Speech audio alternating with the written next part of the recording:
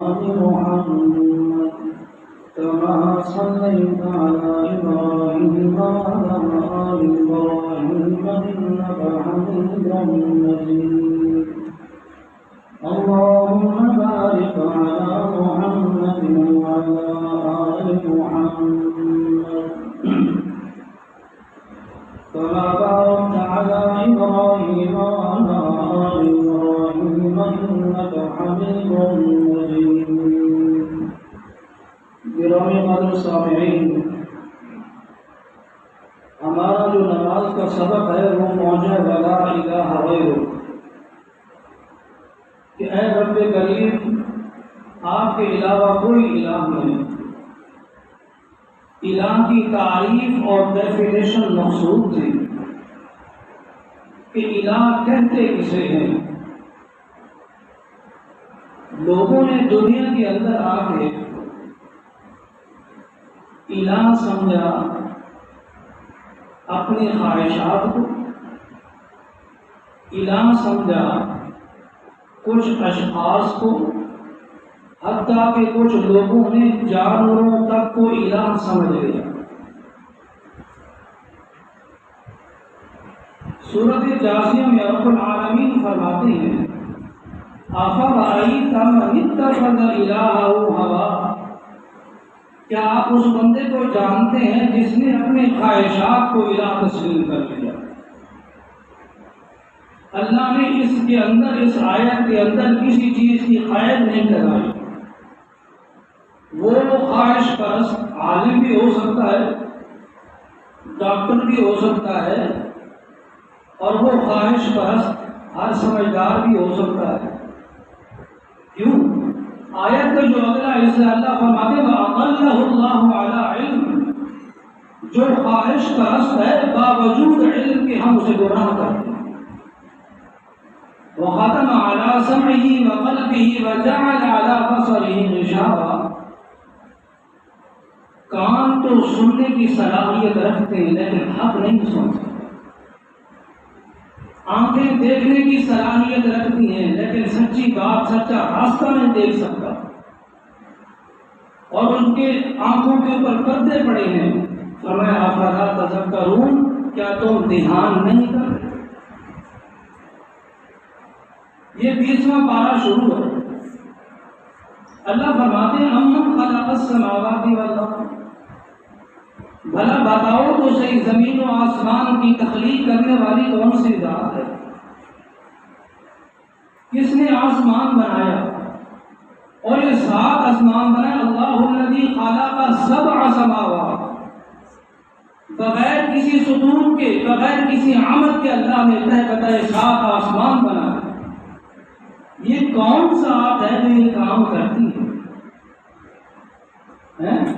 وَأَنزَلَ مِنَ السَّمَاءِ مَاءً، آسمان بنا کے جو چھوڑ نہیں دیا، پھر تمہارے لیے می اور بارش کا انتظام بھی فرمایا، اور پھر وہ بارش جب زمین پہ آتی، زمین جو ہی تمہارے لیے وہ ضائع نہیں کرتی، وہ پانی تمہارے لیے ضائع نہیں ہوتا۔ فرمایا فَأَنبَتْنَا بِهِ حَدَائِقَ ذَاتَ بَهْجَةٍ، ہم اس پانی کے ذریعے تمہارے لیے سرسبز و شاداب باغ اگاتے ہیں۔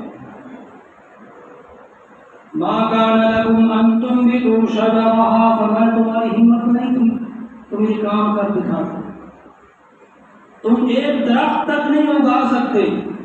جب تم درخت نہیں اگا سکتے تو پھل اور پھول کیسے لگا سکتے؟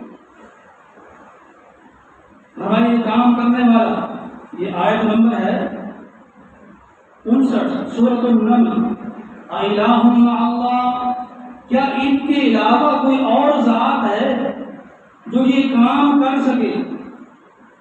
آسمان کو بھی بنائے، زمین کی تخلیق بھی فرمائے، پھر آسمان سے بارش کا انتظام بھی فرمائے، اور پھر اس بارش کے ذریعے من الثمرات رزقا لکم، تمہارے لیے رزق کا بھی انتظام کرے۔ ہے کوئی ذات ایسی جو اللہ کے علاوہ اور ہو؟ فرمایا الہ مع اللہ، ہے کوئی الہ؟ اسے الہ کہتے ہیں جو یہ سارے کام کرنے کی صلاحیت ہے۔ دوسری آیت نمبر 60 امن جعل الارض قرارا، فرمایا وہ کون سی ذات ہے جس نے زمین کو جائے قرار بنا کے بچھانا بنا؟ تمہارے لیے اور تمہارے جانوروں کے لیے، متاع لکم ولانعامکم، تمہارے چوپاؤں کے لیے قیام گاہ بنایا ہے، اور اللہ نے اس کو قرار کی جگہ قرار کی۔ کیسے؟ سورۃ المرسلات میں جا کے فرمایا الم نجعل الارض کفاتا، کیا ہم نے زمین کو کفایتی نہیں بنایا؟ کیسے؟ احیاء و امواتا، زندہ اوپر مردہ نیچے، نیچے والے اوپر آ جائیں اختلاف ہوگا، لڑائی جھگڑے ہوں گے، پہلے ہی رزق پورا نہیں ہوا کہ مال کی کمی ہے، حالانکہ ہے بہت، حرص بڑھتی ہے، فرمایا تو چلے گئے، ہم نے ان کو زمین کے نیچے رکھ دیا، اور جو زندہ ہے وہ زمین کے اوپر ہے، زمین کو کفایتی بنا دیا۔ اگلی سورت میں فرمایا سورۃ النبأ میں الم نجعل الارض مہادا، کیا ہم نے زمین کو بچھونا نہیں بنا، آرام سے چلتے ہیں۔ ساخت اتنی ہے کہ ایک کسی بھی نہیں لگ سکتی، اور نرم اتنی ہے کہ پورا بندہ زمین میں دھنس جائے۔ فخسفنا به وبداره الارض، اللہ امن جعل الارض قرارا، کس نے بنایا زمین کو جائے قرار؟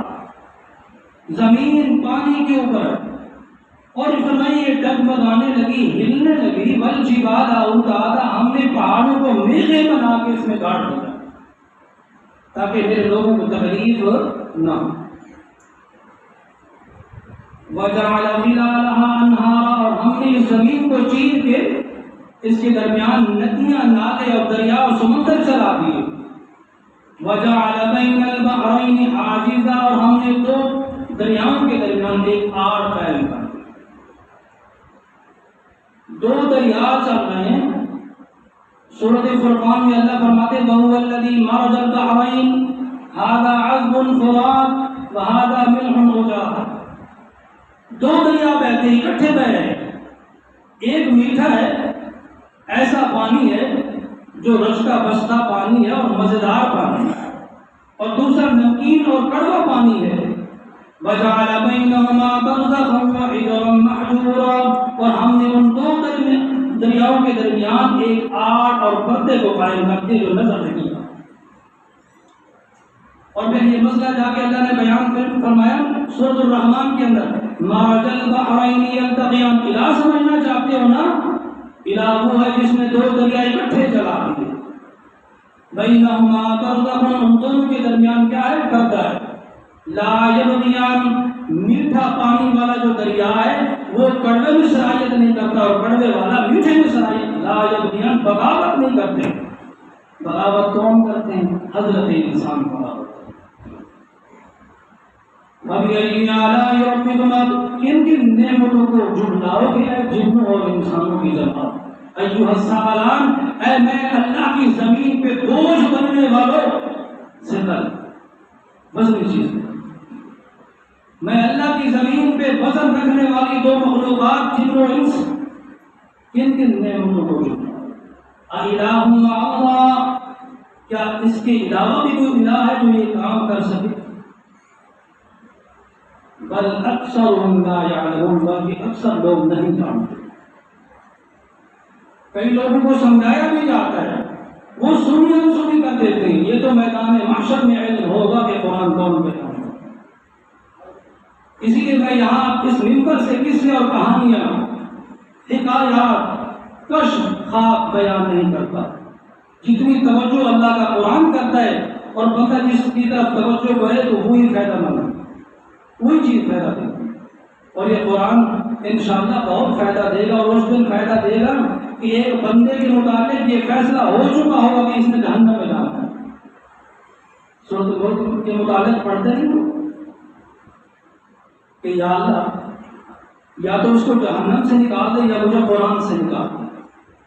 کیا اللہ سورۃ الملک کو قرآن سے نکالیں گے؟ نہیں نکالیں گے، بلکہ حضرت انسان کو جہنم سے نکال دیں گے، اسی قرآن کی وجہ سے۔ باقی کسی کتاب کی کوئی گارنٹی ہو تو مجھے بھی بتا دیں، ہم بھی پڑھ رہے ہیں۔ تیسری آیت اَمَّن يُجِيبُ الْمُضْطَرَّ إِذَا دَعَا، بھلا کون ہے وہ ذات جو مضطر لاچار بے کس کی پکار اور آواز کو سننے کی صلاحیت رکھتی ہے، اور پھر اس کی آواز کو سن کے اس کی جو ضرورت ہے اور مشکل ہے اس کو پورا کرنے کی صلاحیت بھی رکھتی ہے۔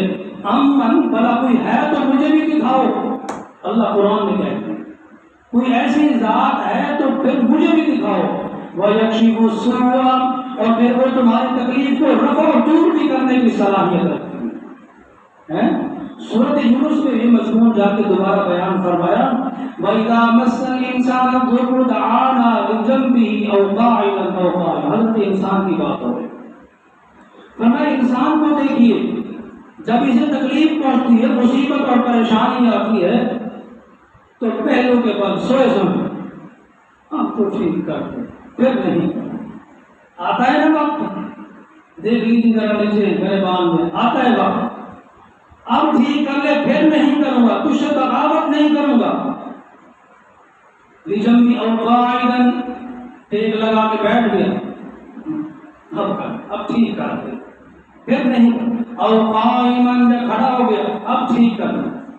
اچھا فلما کشفنا عنہ ضرہ، پھر جب ہم اس کی تکلیف کو دور کرتے ہیں، مرہ کأن لم يدعنا الى ضر مسا، پھر ایسے پیٹھ دے کے جاتا ہے اس نے جیسے ہمیں بلایا ہی نہ ہو۔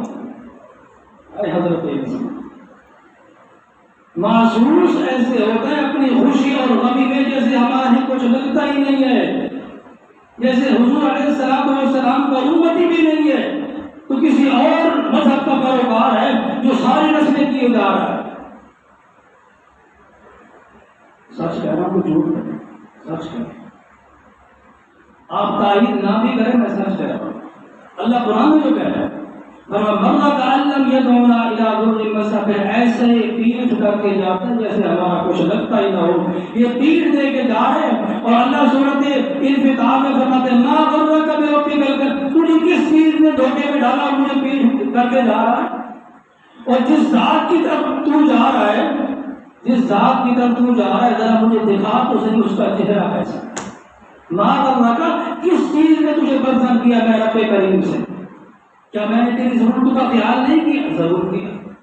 اللہ آیت نمبر 62، وَيَجْعَلُكُمْ خُلَفَاءَ الْأَرْضِ، اور تمہیں بنایا نائب اگنوں کا سلسلہ وار، دادا جی چلے جائے ابا جی آ گئے، ابا جی چلے پھر ان کے بیٹے آ گئے، ہوتے سب کچھ سلسلہ اس طرح چلتا ہے۔ وہ پہلے بھی ہوتے اور آپ بھی ہوتے، کیا ہوتا ہے تو بہت خوش ہوتا ہے۔ اس لیے تمہیں اگلوں کا نائب بنایا، فرمایا یہ جو کام کرنے والی ذات ہے ولا الہ غیر، کسی کو تو الہ کہتے ہیں نا۔ نماز میں قرار کرتے ہو ذرا توجہ سے نماز بھی پڑھا کرو اللہ کے بندو۔ 5ویں آیت، امن یہدیکم فی ظلمات البر والبحر، بھلا بتاؤ تو صحیح وہ ذات کون سی ہے اور کون سی ذات ہے جو تمہیں خشکی اور تری کے اندر، خشکی اور تری کے اندھیروں کے اندر تمہیں راستہ دکھاتی ہے۔ اور وَمَن يُرْسِلِ الرِّيَاحَ بُشْرًا بَيْنَ يَدَيْ رَحْمَتِهِ، جو اللہ کی رحمت جب بارش میں آنا ہوتا ہے اس سے پہلی خوشگوار اور ٹھنڈی ہوائیں چلاتی وہ ذات، تاکہ آپ کو خوشخبری لے۔ بُشْرًا بَيْنَ يَدَيْ رَحْمَتِهِ، خوشخبری کے طور پہ جب بارش میں آنا ہوتا ہے اس سے پہلے ٹھنڈی ہوائیں چلتی ہیں۔ فرمائے یہ ٹھنڈی ہوائیں چلانے والی کون سی ذات ہے؟ الہ، اللہ ہر جگہ یہ سوال کر رہے ہیں، 5 جگہوں پہ سوال، الہ مع اللہ، کیا ہے کوئی الہ؟ کیا ہے اس طرح کے کام کرنے والے کوئی ذات؟ تو بڑا بتاؤ کہ تم اسی کی عبادت میں لگ جاؤ، مجھے چھوڑو۔ پھر 5واں سوال، امن یبدأ الخلق، کون ہے وہ ذات جس نے تمہیں پہلی مرتبہ بغیر سیمپل اور نمونے کے پیدا کیا، بغیر نقل مارے کے، وما لی لا اعبد الذی فطرنی، بغیر نقل مارنے کے، بغیر کسی چیز کے سیمپل کے، نمونے کے، بغیر کسی اسوہ کے تمہیں بنایا، پیدا فرمایا۔ وہ پہلی دفعہ بنانا مشکل ہوتا ہے، دوسری دفعہ بنانا مشکل نہیں ہوتا۔ فرمایا جس نے تمہیں پہلی مرتبہ پیدا کیا ثم یعیدہ، پھر دوبارہ بھی تمہیں پیدا کرنے کی صلاحیت رکھتی ہے۔ بندہ جتنا بھی ختم ہو جائے اپنی قبر کے اندر، آج جو جنب ایک ہڈی ہوتی ہے اللہ اس کو ہمیشہ باقی رکھتے ہیں اور اسی سے دوبارہ انسان کی تخلیق ہو۔ فرمایا الہ مع اللہ، کیا ہے کوئی الہ؟ ہے کوئی یہ صفات کے بعد؟ کوئی نہیں۔ فرمایا جب کوئی نہیں ہے تو پھر پڑھ لو نا نماز کے اندر ولا الہ غیرہ۔ اللہ تعالیٰ ہمیں توفیق عطا فرمائے۔